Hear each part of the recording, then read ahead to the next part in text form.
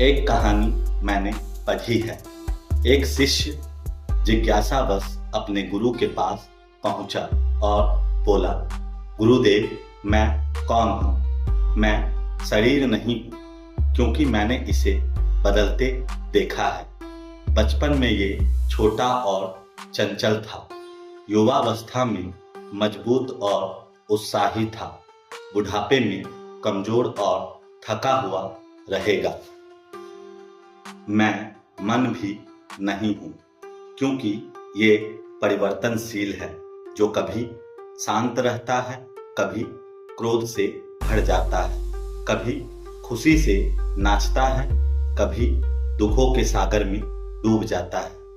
ना मैं शरीर हूँ, ना ही मन हूँ, तो मैं कौन हूँ? जो मेरी पहचान है, जो सत्य है, वह क्या है? गुरु मुस्कुराए और शिष्य को एक पुराना दर्पण दिया और बोला, इसमें बनने वाली छवियों को कुछ दिनों तक देख और अपने को पहचान। बोल, ये मैं हूँ। शिष्य ने ऐसा ही किया।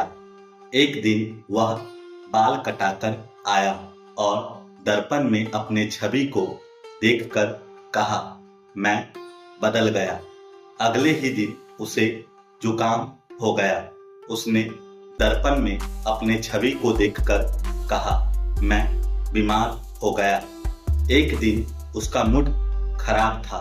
उसने दर्पण में अपने छवि को देखकर कहा, मैं दुखी हूँ।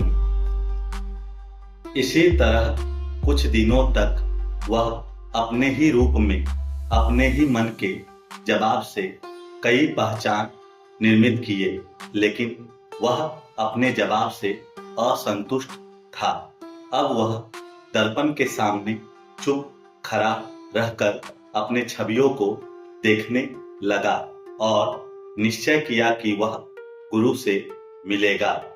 गुरु के पास पहुंचकर वह बोला, गुरुदेव, अब मुझसे छवि को देखकर कुछ कहा नहीं जाता, क्योंकि जो मैं हूँ वो मुझे दिखता ही नहीं, बस महसूस होता है। गुरु मुस्कुराए और कहा, जिसने इन बातों को जाना कि वह न शरीर है, न मन है, न विचार है, वही है मैं, वही है सत्य। जब तक मन बना रहता है, तब तक सत्य का साक्षात्कार भ्रम है, सपना है। अब सत्य तुझ में जाग रहा है। धीरे धीरे तुझे इसका उत्तर मिल जाएगा। बस मन के पार जाना सीख, अभ्यास करता रह। सत्य मैं की ही खोज है और मैं ही इसमें बाधा है। मैं के अहंकार का अंत ही साक्षात्कार है। मैं वह है जो शरीर, मन और विचारों से परे चेतन साक्षी है।